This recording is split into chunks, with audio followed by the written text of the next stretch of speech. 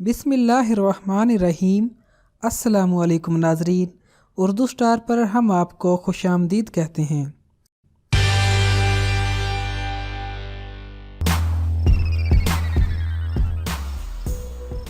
महबूब की नाराज़गी बिलाशुबा इस दुनिया का सबसे बड़ा गम है। महबूब अगर मुर्शिद भी हो तो फिर ये गम जानलेवा बन जाता है। मुर्शिद अगर निगाह फेर ले या मुर्शिद की आंखों में शनासाई की जगह अजनबियत का अक्स लहराने लगे तो मुरीद की सांसों की नाली पर हमालिया आ जाता है। जिस्म में खून की जगह बिच्छू दौड़ने लगते हैं। दिलो जान जिस्म कबाब की सीख पर पिरो कर अंगारों पर रख दिया जाता है। ऐसा ही नाजुक लम्हा शेख जमालुद्दीन हासवी रहमतुल्लाह अलैह, जो बाबा फरीदुद्दीन गंज शक्कर रहमतुल्लाह के लाडले तरीन मुरीद थे, उनकी जिंदगी में भी आया।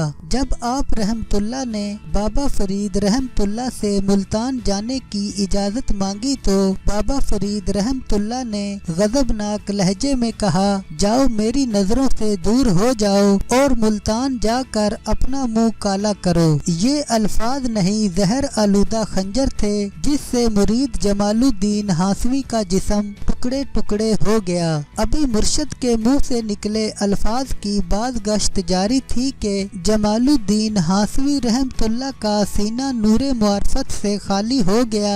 सारी रूहानी कुव्वतें सलब हो गईं, सारे रंग सारे जायके खत्म हो गए।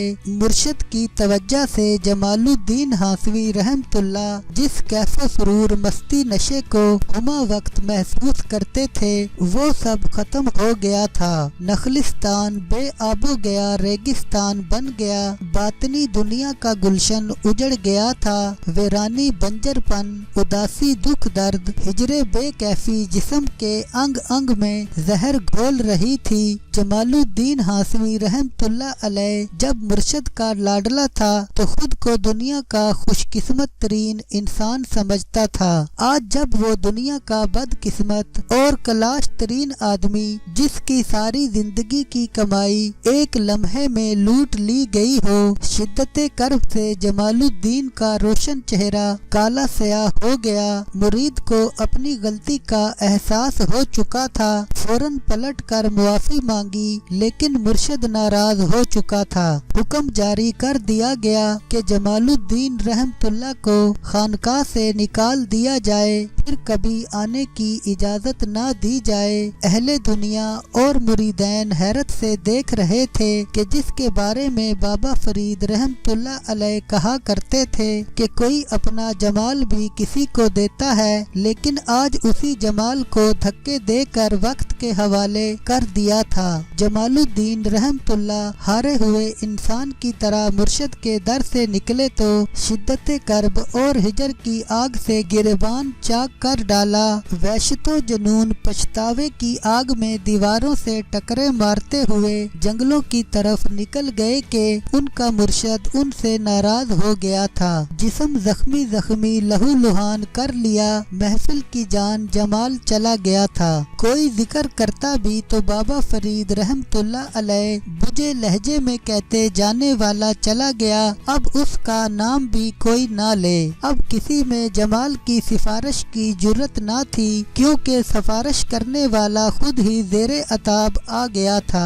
गर्दिशे रोज़े शब दिनों हफ्तों के बाद महीने गुजरते चले गए, जमाल को मुआफी ना मिली। मुर्शिद की दौरे नाराजगी जमालुद्दीन रहमतुल्लाह को अपना होश ना रहा। फटे पुराने चीथड़ों जैसे कपड़े, सर जिस्म चेहरे पर खाक दर खाक, चेहरा कमजोर बीमार काला स्याह हो गया। जो भी जमाल को इस हालत में देखता लरज जाता कि रोशन चेहरे वाला ये जमाल वही है जिसके रोशन चेहरे से हर वक्त नूर फूटता था, जिसके चेहरे पर सुबह सवेरे का उजाला हर वक्त रक्स करता था।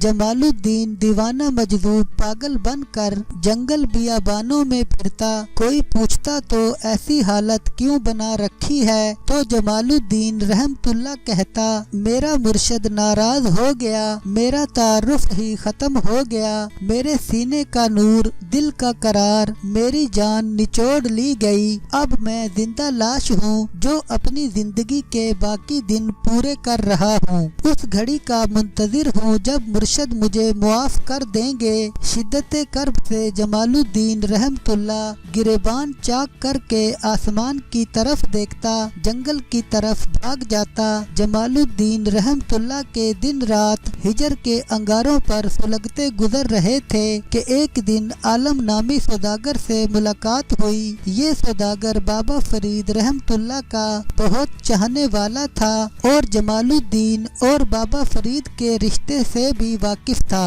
جمال الدین رحمت اللہ کو پھٹے پرانے کپڑوں میں ہڈیوں کا ڈھانچہ بنے دیکھا تو زاروں قطار رونے لگا اور کہنے لگا اے جمال تیری یہ حالت کیسے ہو گئی، تیرے اوپر کون سا ظلم ہو گیا؟ تو جمال الدین رحمت اللہ نے اپنی گستاخی کا حال سنایا تو عالم سوداگر لرزنے لگا کہ تم تو دوسروں کی سفارش کیا کرتے تھے اور مرشد کی آنکھ کا تارا اور لاڈلے تھے، تیری سفارش کے تو ہم طلبگار رہتے تھے، تیری وجہ سے تو ہم مرشد کی حضوری پاتے تھے، یہ تم کس ہجر میں تڑپ رہے ہو، یہ دوری اور یہ فاصلے تو تیری جان لے لیں گے، اس طرح تو زیادہ عرصے تک زندہ بھی نہیں رہ سکے گا، مرشد سے یہ جدائی تیری جان لے لے گی۔ تو جمال الدین اپنا سر زمین پر مارتے ہوئے بولا میرا شہنشاہ میرے حال سے واقف ہے، اگر کبھی تم شیخ کی بارگاہ میں جاؤ تو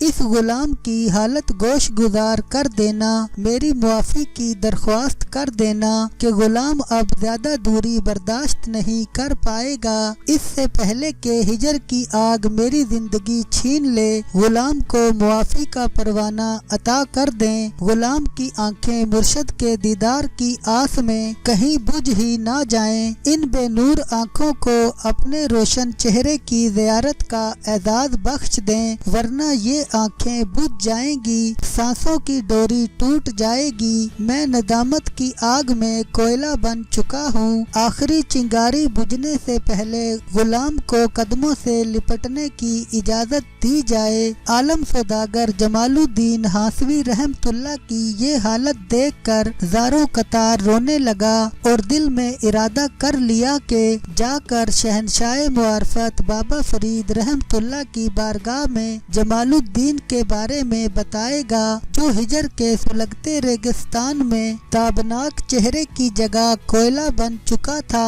جس کے چہرے پر زندگی کی کوئی بھی رمق باقی نہیں تھی، جو ہر سانس کے ساتھ وصال کی بھیک مانگ رہا تھا۔ پھر عالم سوداگر بارگاہ مرشد میں حاضر ہو گیا، دیوانوں کا ہجوم تھا، اس لیے اب عالم سوداگر اس وقت کا انتظار کرنے لگا جب مرشد اکیلے ہوں تاکہ وہ جمال کی حالت زار اور اس کی التجا گوش گزار کر دے۔ پھر موقع آ گیا، بابا فرید رحمت اللہ کی عالم سوداگر پر نظر پڑی تو قریب بلایا، حالات دریافت کیے تو عالم بولا میرے مالک آپ رحمت اللہ کی نگاہ کے طفیل میرے حالات بہت اچھے ہیں، لیکن پھر بات کیے بغیر عالم بلک بلک کر پھر دھاڑے مار مار کر رونے لگا تو بابا فرید رحمت اللہ شفقت سے لبریز لہجے میں بولے عالم کیا ہوا تجھے، کون سا غم رلا رہا ہے؟ مرشد کا حوصلہ پا کر عالم سوداگر دوڑ کر پاؤں سے لپٹ گیا، قدموں کے بوسے لیتے ہوئے بولا جناب میں تو ٹھیک ہوں، لیکن آپ کا جمال ہجر کی آگ میں کوئلہ بن چکا ہے، دیوانہ مجذوب ہے، جو جنگلات بیانوں میں ندامت کی دھوپ میں ننگے سر ننگے پاؤں دوڑتا پھرتا ہے، اگر آپ نے اسے معاف نہ کیا تو فراق کا یہ روگ اس کی جان لے لے گا، میرے مالک اپنے لاڈلے مرید کو معاف کر دیں۔ جمال کا نام اور حالت زار سن کر بابا فرید رحمت اللہ کے چہرے پر اداسی برسنے لگی، جمال کا روشن چہرہ اور لاڈلا پیار یاد کر کے بابا فرید کی آنکھیں بھیگنے لگی اور بولے बोले उसने ख्वाजगान चिश्त की मोहब्बत पर किसी और की मोहब्बत को तरजीह दी। अब वो जाए मुल्तान जहाँ जाना चाहता था तो आलम बोला मेरे शहंशाह वो वक्ती ख्याल था जो आया और चला गया, महीने गुजर गए, अगर उसने मुल्तान जाना होता तो चला जाता। वो आज भी उस गलती की आग में झुलस रहा है, उसे मुआफ कर दें, वो आपका था और हमेशा आपका ही रहेगा। तो बाबा फरीद रहमतुल्लाह बोले मुझे पता है वो मेरा था और मेरा ही रहेगा, उसे कहो उसके लिए आज भी मेरे दिल और दरगाह के दरवाजे खुले हैं। बाबा फरीद रहमतुल्लाह फाकिर शफकत बन चुके थे।